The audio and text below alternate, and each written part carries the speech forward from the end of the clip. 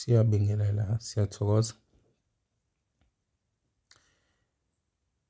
Sihlale sikhumbuzisane. Sihlale siphakamisane. Sihlale sikhanyiselane. Sihlale sisizane.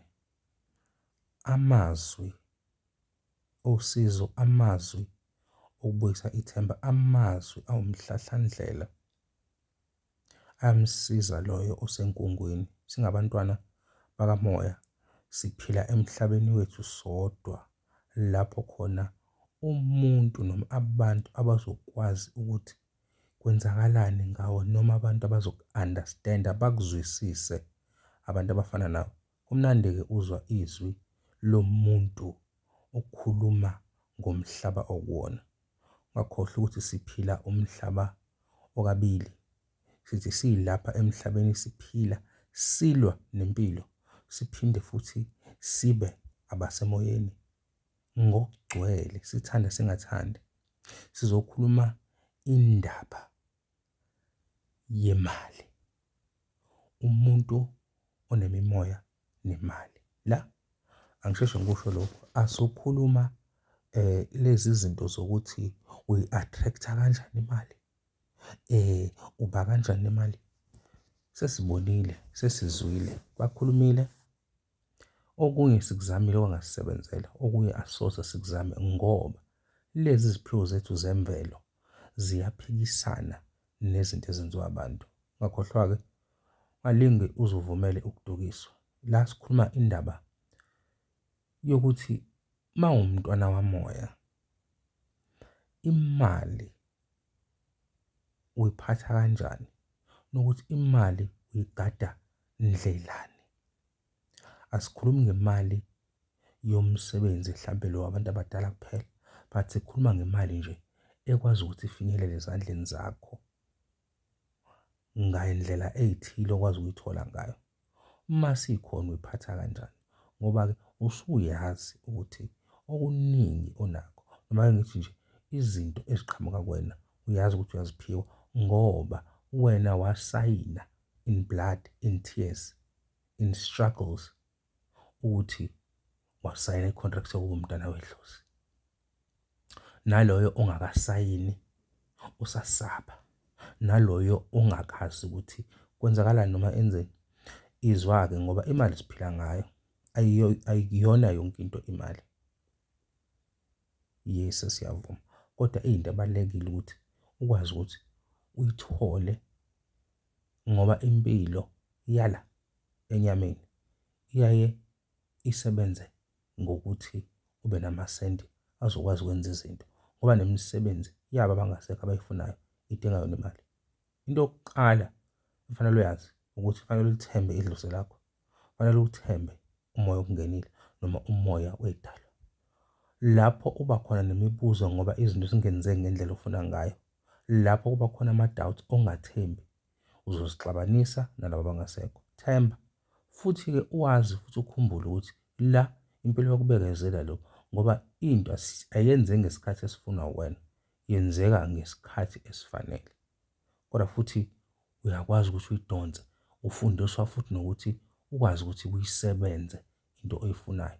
Hhayi izinto eziza kalula zomkhulu bani noma ogogo bani, zigweme lezo. Kodwa asigxeki, umuntu wamoya akagxeki, umuntu wamoya futhi akafakazi kabi ngabanye abelaphi. Umuntu wamoya uzibheka yena kuphela, ubheke noma ngabe uyabona uburongo, vala umlomo wakho. Angeke uze uthole lutho ngokuhleba abanye abelaphi noma ngabe benzani, as long as ingakuphazamisi wena lento empilweni. Wena uyofundisa abanezindlebe ukuthi mabagade izinto ezithile. La indaba yemali ibuhlungu ngoba umuntu wamoya kufanele azi ukuthi imali mayiphuma esikhwameni noma esandleni sakho awuyiningi noma uyonika umuntu ongafanele, umuntu ukuthi mangabe kuvalwe iminyango akhulume kabi ngawo. Abakho bayakwazi ukuthi bayizwe leyo nto, wena uyazi, ebese wena usumnika imali noma ngabe uzobe usiza, kodwa bona babone manje ukuthi hawu, kodwa le ngane isiza kanjani lo muntu. omhleba kabuhlungu kanjena, ngisho ngathi umuntu wasekhaya, imali ayingabi lula ukuthi uyikhiphe yokuqala leyo. Angabi lula ukuthi uyikhiphe. Angisho ukuthi ungasizi, kodwa imali kungabi lula ukuthi uvele uyikhiphe. Ngiyaye ngithi umuntu wakamoya mina, mekukhona umuntu odinga imali, ngazi ukuthi angambuza ukuthi ufunani, uma unawo amandla umenzele kunokuthi umnikeze imali iphume esandleni sakho uya kwesakhe isandla. Imali uyikhanyisela amakhandlela, uyibeke ngisho kuthiwa isekamereni lakho uqashile, uyibeke laphaya namakhandlela. Ukhuleke ucele ukuthi lokhu okulapha phambi kwenu ilokhu ekuthiwa imali kusetshenziswa emhlabeni. Lokhu akungapheli ngoba izinto ngizenza ngayo. Lokhu akuze, angisho ukuthi ngifuna ukwenza isithixo sami, kepha ngifuna nazi ngiqondisise ukuthi nako okusebenzayo la. Ngakho lokhu kumele kungapheli. Lokho ngikuthola kanjani? Lokho ngikuthola ngokuthi ngiye ngibe umuntu odayisayo kanje, ngiye ngibe umuntu othungayo, ngiye ngibe umuntu yabo, uchaze ukuthi imali uyithola kanjani. Isikhathi nesikhathi, hhayi ukuthi into oyenza every day, kodwa isikhathi nesikhathi uhlale uyenza, uyayikhanyisela imali. Uyangizwa? Imali mntwana kamoya, ungathi mangabe ingekho ngaleso sikhathi ebese wena nsuku zonke uvuka ucabanga imali. Ayikho imali, izoyithola kanjani imali, kwenze njani ngemali. Angabi into ehleli isengqondweni wakho, ngoba uvimba ezinye izinto ey'balulekile, ngoba ingqondo le fuze iflowe izinto zakamoya. Ama-message aqhamuka angene ngokomoya afike ahlale la kwi-memory card yakho kuyingqondo.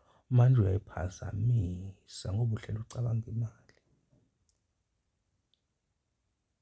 Imali umuntu wakamoya akayisukeli, kepha uyayimemeza ngendlela efanele nangendlela ey'thile. Funda wena ukuthi yakho indlela imemezwa kanjani imali. Ingeyakho indlela ngoba asifani. Hhayi indlela yakho ubani ukuthi wathi uma wenze lokhu aveze imali, noma yamkhulu ubani, noma wezwa ubani ekhuluma kwividiyo. Kunendlela yakho e-unique yokuthi umemeze imali. Yazi ilanguage yakho yemali. Ayikho complicated leyo nto. Uzobona na ukuthi oyazi uma ngenze lokhu imali iyayiza. Iyona language yakho-ke leyo-ke. And ilanguage yakho yemali awuyisheri, awuyixoxi, awuyidlulisi komunye umuntu.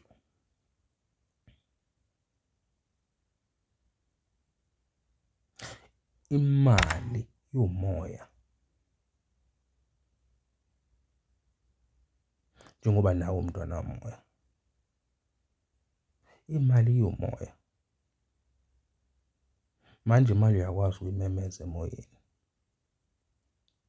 kodwa akuyona into efanele ihleli isengqondweni yakho. Nayo-ke i-trick yokumemeza imali, ukuthi akuyona into efanele ihleli isengqondweni. Ungadlali abantu bethi uma ufuna ukumanifesta imali kufanele ihleli uyicabanga. No, no, no, no, no.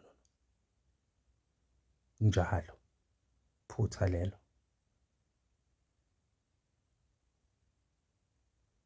Imali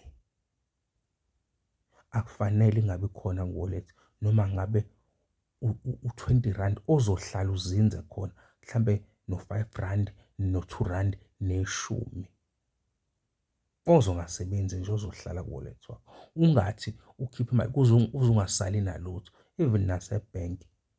Ungathi uma ukhipha imali ungasali ngisho nasesikhwameni sakho.